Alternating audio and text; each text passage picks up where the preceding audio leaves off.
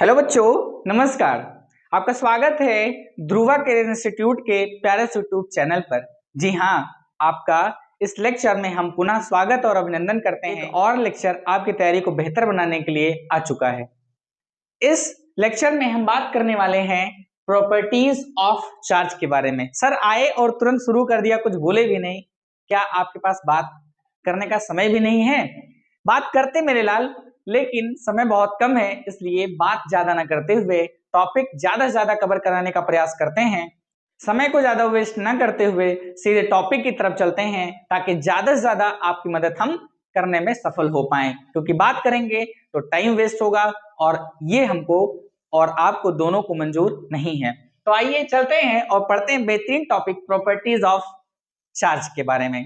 तो पहला प्रॉपर्टी आपके पास यही है और हमने अपने पिछले लेक्चर्स में भी इसके बारे में आपको थोड़ा सा अवगत कराया था, आपको बताने का प्रयास किया था। Charge are of two types, दो टाइप्स के चार्ज होते हैं, हमने आपको बताया था। सबसे पहली प्रॉपर्टी यही है और उसमें हमने आपको यह भी बताया था कि जो लाइक चार्जेस होंगे, जो लाइक चार्जेस होंगे वो क्या करेंगे बेटा? रिपेल करेंगे। क्या करेंगे? रिपेल ईच अदर, माने एक दूसरे से दूर भागेंगे, ईच अदर। ठीक है बेटा। और जो अनलाइक चार्जेस होंगे वो अट्रैक्ट करेंगे। क्या करेंगे मेरे लाल? अट्रैक्ट करेंगे एक दूसरे को। क्या करेंगे? Attract each other, attract each other. और हमने आपको बताया भी था कि अगर ये रिपेल करेंगे तो दूर भागेंगे ऐसे ऐसे, और अट्रैक्ट करेंगे तो इस प्रकार से एक दूसरे को अट्रैक्ट करेंगे। ये सिचुएशन है रिपेल की और ये सिचुएशन है अट्रैक्ट की। समझ पाए? ये सिचुएशन है अट्रैक्शन की और ये सिचुएशन है रिपल्सन। दूसरी प्रॉपर्टी क्या है? Additivity of charge. Additivity of charge क्या है, थोड़ी सी बात कर लेते हैं, फिर आगे हम बढ़ जाएंगे। आपने इसको ब्रीफ में अपने सर से तो पढ़ ही रखा होगा, बस इसको एज अ रिवीजन के तौर पर हमने पहले भी बताया है कि इस क्लास को आप लेंगे और अपनी तैयारी को बेहतर बनाएंगे। एडिटिविटी ऑफ चार्ज क्या है कि the principle that total electric charge, principle क्या है? The principle that total electric charge of a system. नियम यह है कि जो किसी भी सिस्टम का जो टोटल इलेक्ट्रिक चार्ज होगा is the algebraic sum of all the individual charge within it. तो जितना भी उस सिस्टम के ऊपर इंडिविजुअल चार्ज है सबको जोड़ करके जो निकलेगा, है ना, वो क्या निकलेगा? कंसीडरिंग दियर साइन पॉजिटिव और नेगेटिव, जितना भी उस बॉडी के अंदर होगा, पॉजिटिव चार्ज होगा या नेगेटिव चार्ज होगा, उन सबको जोड़ करके जो टोटल चार्ज आएगा वही क्या होगा? वही प्रॉपर्टी होगी एडिटिविटी ऑफ चार्ज, है ना। सब चार्ज को जोड़ करके जो निकलेगा वो इस रूल को, इस प्रिंसिपल को सेटिस्फाइड करता है। तो कैसे? तो आइए हमने आपके लिए कुछ ले रखा है ना। कोई बॉडी मान लेते हैं, तो आइए आपके लिए कोई बॉडी हम ले लेते हैं। बॉडी कुछ इस प्रकार से ले ली जाए कि जैसे हमने मान लिया कि ये कोई आपके पास या हमारे पास बॉडी है जिसके ऊपर ये सभी चार्ज हैं। क्या है आपके पास? हमारे पास 3 कूलम का चार्ज है, -9 कूलम का चार्ज है, +6 कूलम का चार्ज है, और ऐसे ही हमारे पास -2 कूलम का चार्ज है। समझ पाए? What would be the net charge on the body? तो इस बॉडी के ऊपर क्या बेटा? इस बॉडी के ऊपर टोटल चार्ज क्या होगा? टोटल चार्ज क्या होगा? तो थ्योरी ऑफ एडिटिविटी क्या कहती है? क्या कहती है थ्योरी ऑफ एडिटिविटी? क्या कहती है कि the principle that total electric charge of a system is the algebraic sum of all the individual charge within it. उन सभी चार्जेस का एल्जेब्रिक सम हो जाता है, माने जोड़ करके कोई योग निकल आता है। जैसे अगर हम मान लेते हैं कि ये जो चार्ज है ये चार्ज है Q1, और ये जो चार्ज है ये है Q2, और ये जो चार्ज है ये Q3, और ये नन्हा सा चार्ज Q4 है। समझ में आया? तो टोटल कितना होगा? तो टोटल हमारे पास यहां पर लिखेंगे total charge. Total charge, total charge की हम बात करेंगे तो क्या आएगा? टोटल चार्ज को हम क्या लिख दें, मान लो इसको कैपिटल Q से लिख दो, ठीक है ना। तो इन सबको जोड़ के जो आएगा Q2, Q3 और Q4, समझ पाए। वहां पर स्पेस थोड़ा सा कम है तो थोड़ा सा हम यहाँ पे इसको शिफ्ट करके आपको बताने का प्रयास करते हैं। साइन का विशेष ध्यान रखना है, छोटी सी मैथमेटिक्स से आप बहुत छोटे छोटे क्लासेस से पढ़ते आ रहे हैं, इसलिए इसमें गलती नहीं करेंगे। पहला क्या है बेटा, 3 कूलम है। जी हाँ सर, 3 कूलम है। प्लस का जो वैल्यू है, सॉरी प्लस का जो साइन है वो किसी भी नंबर के आगे मैथमेटिक्स में लिखा नहीं जाता है। अब ये मान लो 3 लिखा हुआ है तो ये 3 है, ठीक है बेटा।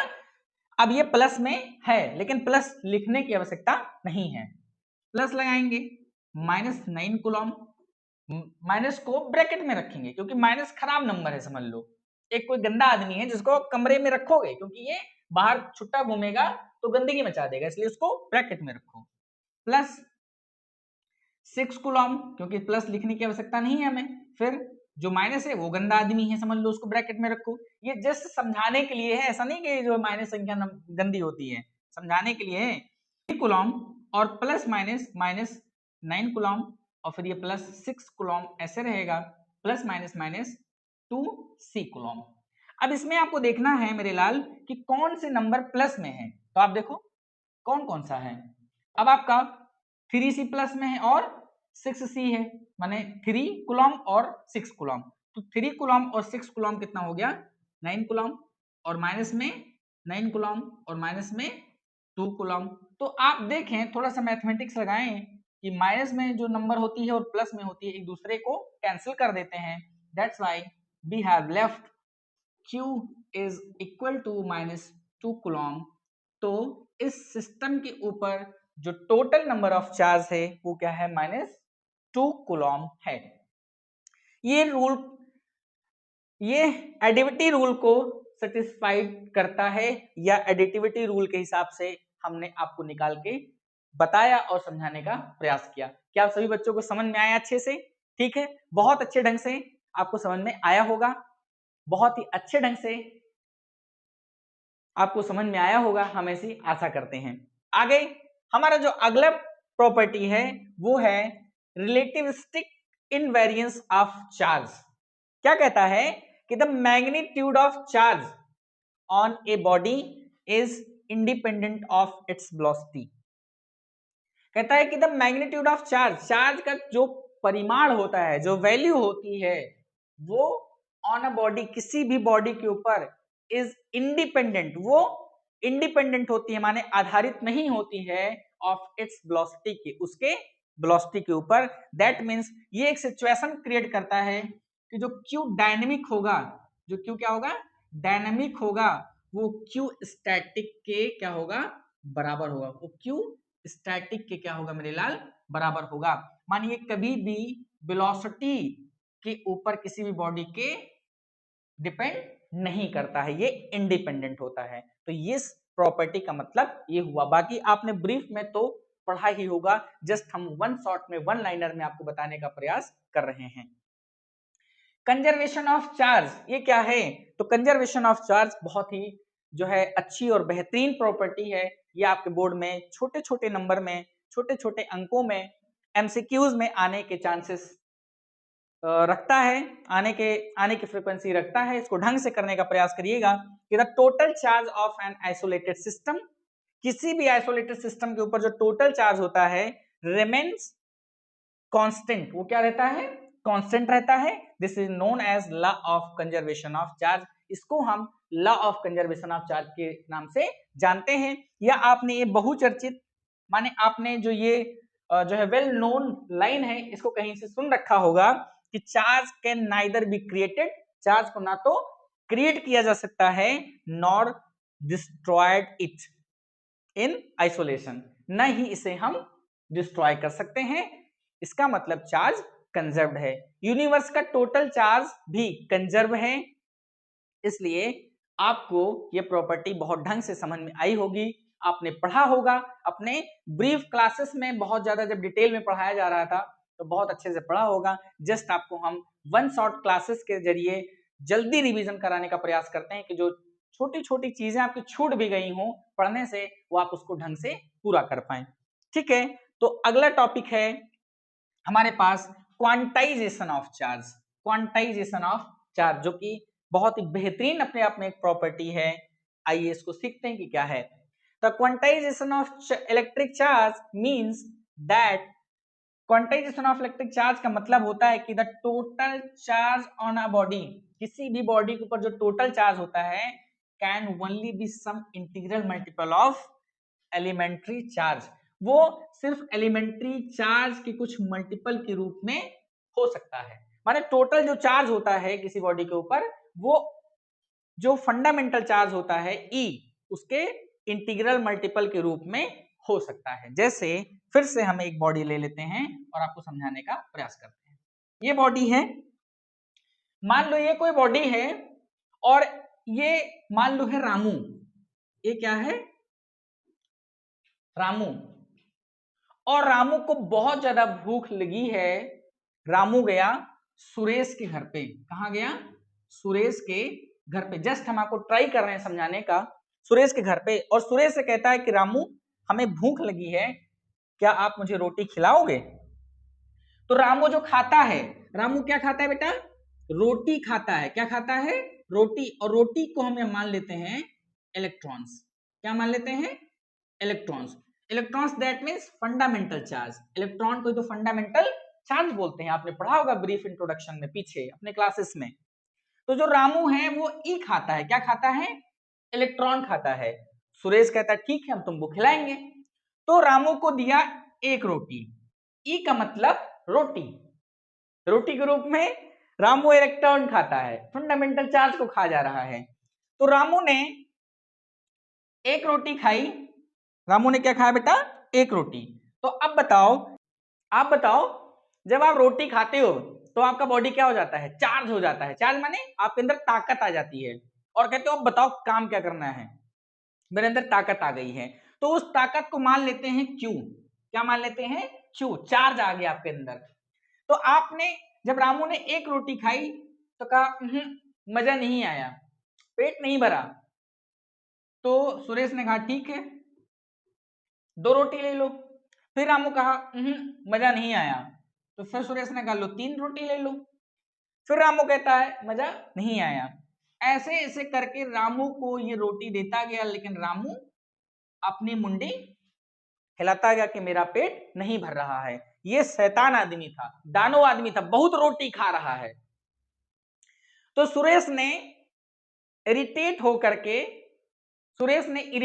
के उसको कहा कि लो भैया ये सारा सामान, ये रही आटे की बोरी, ये रहा चौकी व बेलना, अपने खुद से बनाओ और तुम जितनी रोटी मन चाहो, जितनी रोटी माने नंबर ऑफ रोटी तुम खा लो।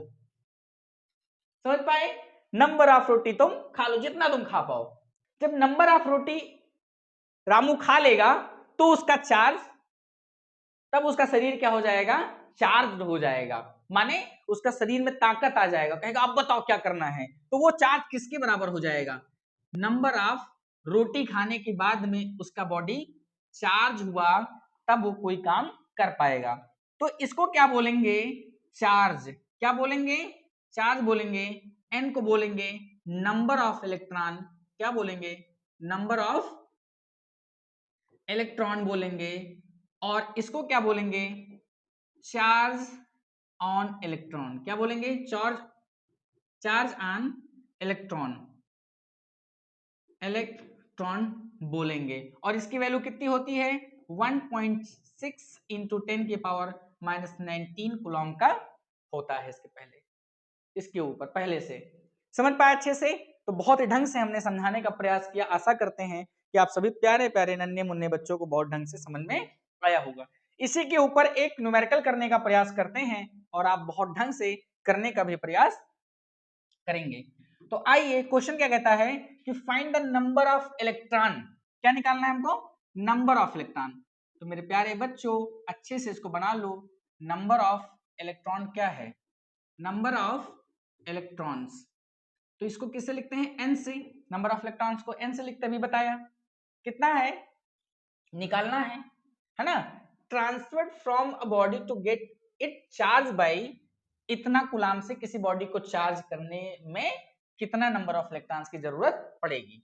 तो यहाँ पे लिखो चार्ज कितना दिया हुआ है, चार्ज, जी हाँ, चार्ज को Q से लिखेंगे, चार्ज को Q से लिखेंगे। इसकी वैल्यू कितनी है 1.2 into 10 to the power 16 minus में कितना दिया हुआ बेटा, माइनस में 16। और जो चार्ज ऑन इलेक्ट्रॉन रहता है, चार्ज ऑन इलेक्ट्रॉन रहता है वो होता है स्मॉल e, और इसकी वैल्यू पहले से है 1.6 इंटू 10 की पावर माइनस 19 कूलम। ठीक है ना। तो अब इसमें अपना प्यारा सा फार्मूला लगाना है, क्या लगाना है, Q equal to N into E। ठीक है ना। अब हमको क्या Q की वैल्यू रख देनी है, Q कितना है 1.2 इंटू 10 की power minus 16 is equal to N हमें निकालना है, और E की वैल्यू कितनी है 1.6 इंटू 10 की पावर माइनस 19। अब हमें N निकालने के लिए क्या करना पड़ेगा, तो आइए हम आपको यहाँ पर बताने का प्रयास करते हैं। तो अब आप इधर देखो अगर ढंग से, तो आप देखो इधर ये किसमें है, मल्टीप्लाई में है N के साथ में। जब इधर जाएगा तो क्या हो जाएगा, डिवाइड में हो जाएगा। तो यहाँ पे क्या आ जाएगा 1.2 इंटू 10 की पावर माइनस 16 अपान 1.6 इंटू 10 की power minus 19 equal to N। Point के बाद एक डेसिमल है दोनों में, तो इसलिए हट जाएगा। पॉइंट के बाद एक अंक, पॉइंट के बाद एक अंक कट गया, तो ऊपर आया 12, 10 की पावर माइनस 16, और ये ऊपर जाएगा, नीचे माइनस में तो ऊपर जाएगा तो प्लस में हो जाएगा 19, और नीचे 16 इक्वल टू N, और इसको काटने का प्रयास करेंगे, 4 3 जा 4 3 जा 4 4 जा, ऊपर आया 3, 10 की पावर 19 से 16 जाएगा तो 3 आएगा, और नीचे 4 इक्वल टू N, और इसको हम लिख सकते हैं 3, और इसको क्या कर सकते हैं 1000 अपान 4 इज इक्वल टू N। छोटा सा बेटा यहाँ पे नहीं आ रहा है, तो यहाँ पर करने का प्रयास करते हैं, आप सभी बच्चे कंफ्यूज ना होइएगा और यहाँ समझ लीजिएगा। तो N इज इक्वल टू कितना है मेरे पास 3000 अपान 4, 2 से काटने का प्रयास करेंगे, 2 2 जा 2, 15 जा डबल जीरो बच गया, N इक्वल टू 1500 बाई 2, 2 7 जा 2 5 जा, तो हमारा जो आंसर आएगा 750 इलेक्ट्रॉन्स की जरूरत बेटा क्या होगी यहाँ पर पड़ेगी। समझ पाए अच्छे से। तो इस प्रश्न का ये बहुत ही प्यारा सा आंसर ये रहा। ठीक है ना। तो क्या आप सभी बच्चों को ये वाला न्यूमेरिकल जो क्वांटाइजेशन ऑफ चार्ज की प्रॉपर्टी के ऊपर बेस्ड था, हमने बताने का प्रयास किया, समझ में आया कि नहीं आया। आशा करते हैं कि सभी बच्चों को बहुत ढंग से समझ में आ गया होगा। आज का लेक्चर बस इतना ही, और ऐसे ही प्यार दुलार आप सभी बच्चे बनाए रखिए। मैं बहुत ही अच्छे ढंग से और अपनी मेहनत करूंगा, आप सभी को पढ़ाने के लिए मैं दिन रात एक कर दूंगा। सिर्फ मैं पढ़ाने के लिए पागल हूँ, सिर्फ मैं पढ़ाने ही आया हूँ, मुझे पढ़ाने का बहुत ही ज्यादा शौक है। बस सिर्फ आप जैसे प्यारे प्यारे बच्चे मुझे मिल जाएं पढ़ाने के लिए, तो फिर मेरी तो निकल पड़ी, मेरा तो एकदम जान लो चार चांद लग जाएगा। क्योंकि जैसे ही एक अच्छे बच्चे को अच्छे टीचर की तलाश होती है, बच्चा सोचा करता है कि बहुत अच्छे अध्यापक मिल जाए हमको पढ़ा दें, ऐसे ही मैं हमेशा अच्छे बच्चों की तलाश में रहता हूँ कि बहुत ही ज्यादा जो पढ़ाकू बच्चे हों, जो बहुत ही ज्यादा पढ़ाई के लिए भूखे हों, ऐसे बच्चे मिल जाएं। आई थिंक मैं ही नहीं, कोई भी टीचर ऐसे बच्चों को बहुत ही ज्यादा पसंद करते हैं, जो बहुत ही ज्यादा अपने काम को लेबोरियस तरीके से करते हैं, जो बच्चे बहुत ही ज्यादा मेहनत करते हैं पढ़ने में, दिन रात एक कर देते हैं, तो हर कोई उनको पढ़ाना चाहता है। तो आप सभी प्यारे प्यारे बच्चों को पढ़ाने के लिए मैं बहुत ही ज्यादा बेताब हूँ। बस आपका साथ और सहयोग बना रहे, ताकि हम अच्छे से आपके लिए काम कर पाए। तो ये रहा सोशल मीडिया हैंडल्स, इस पे जा करके हमें आप फॉलो कर सकते हैं, और इस पे आप पीडीएफ के लिए मैसेज कर सकते हैं, पीडीएफ आप यहाँ ले सकते हैं, टेलीग्राम से ले सकते हैं। और अगर ये लेक्चर पसंद आया हो, हमने प्रयास किया आपके लिए, तो आप अपने दोस्तों को भेजिए, उनकी भी तैयारी अच्छी हो जाए, आपके साथ में पढ़ रहे हैं। कमेंट बॉक्स आपका है, इसमें आप कमेंट में ये बताइए कि वीडियो कैसा लगा। अगर कोई कमी त्रुटि रह जाती है, कोई एरर हो जाता है, कोई भूल चूक हो जाती है, तो उसे कमेंट बॉक्स में मुझे बताइएगा। अपना कोई सजेशन सुझाव देना चाहते हैं मुझे तो आप दे सकते हैं और मैं अगली वीडियो में उसे सुधारने का प्रयास करूंगा ताकि आप सभी बच्चों को बहुत अच्छे ढंग से मिल सके लेक्चर, कोई त्रुटि ना हो उसमें। और आज का लेक्चर बस इतना ही। आपके प्यार दुलार के लिए बहुत बहुत धन्यवाद। ऐसे ही साथ और सहयोग बनाए रहिए। मिलते हैं अगले लेक्चर में। जय हिंद, जय भारत।